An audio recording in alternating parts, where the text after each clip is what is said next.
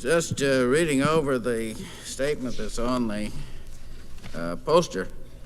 I'm primarily concerned with survival, with the question of novel conspiracies and new mythologies possible in the space age, heroes and villains, with regard to intentions towards this planet. And I realize that this is a very political statement. Now, if we see the Earth as a spaceship and go further to invoke the comparison of a lifeboat, it is, of course, of vital concern to everybody in the boat if the crew or the passengers start polluting the supply of food and water, distributing supplies on a grossly inequitable basis, knocking holes in the bottom of the boat, or worst of all, plotting to blow the boat out from under us. And what more blatant Nova conspiracy than the development and use of an atom bomb? As the founder of the Nova conspiracy, Philip Oppenheimer, said, "We have become Shiva, destroyer of worlds." Well, he may have been a little confused on his Hindu mythology, but the spirit was there. And I'm beginning to realize that the readings I've given in the last 3 years, while seemingly apolitical, are in many cases very definite political statements.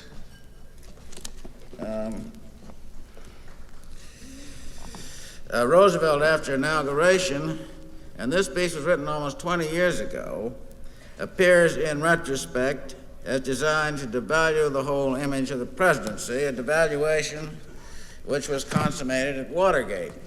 And I'll read a few selections from this. Roosevelt after inauguration. Immediately after the inauguration, Roosevelt appeared on the White House balcony, dressed in the purple robes of a Roman emperor, and leading a blind, toothless lion on a gold chain. Hogg called his constituents to come and get their appointments. The constituents rushed up, grunting and squealing like the hogs they were. Men who had gone gray and toothless in the faithful service of their country were summarily dismissed in the grossest terms, like, "You're fired, you old fuck, get your piles out of here." And in many cases, thrown bodily out of their offices. Hoodlums and riffraffs of the lowest caliber filled the highest offices of the land. When the Supreme Court overruled some of the legislation perpetrated by this vile rout, Roosevelt forced that august body, one after the other, on threat of immediate reduction to the rank of congressional laboratory attendants, to submit to intercourse with a purple-ass baboon, so that venerable honored men surrendered themselves to the embraces of a lecherous, snarling Simeon, while Roosevelt and his strumpet wife and the veteran brown-nosed Harry Hopkins, smoking a communal hookah of hashish, watched the lamentable spectacle with cackles of obscene laughter. Justice Blackstrap succumbed to a rectal hemorrhage on the spot. But Roosevelt only laughed and said coarsely, "Plenty more where that came from." Hopkins, unable to contain himself, rolled on the floor in sycophantic convulsion, saying over and over, "You're killing me, Chief, you're killing me." Roosevelt then appointed the baboon to replace Justice Blackstrap, diseased.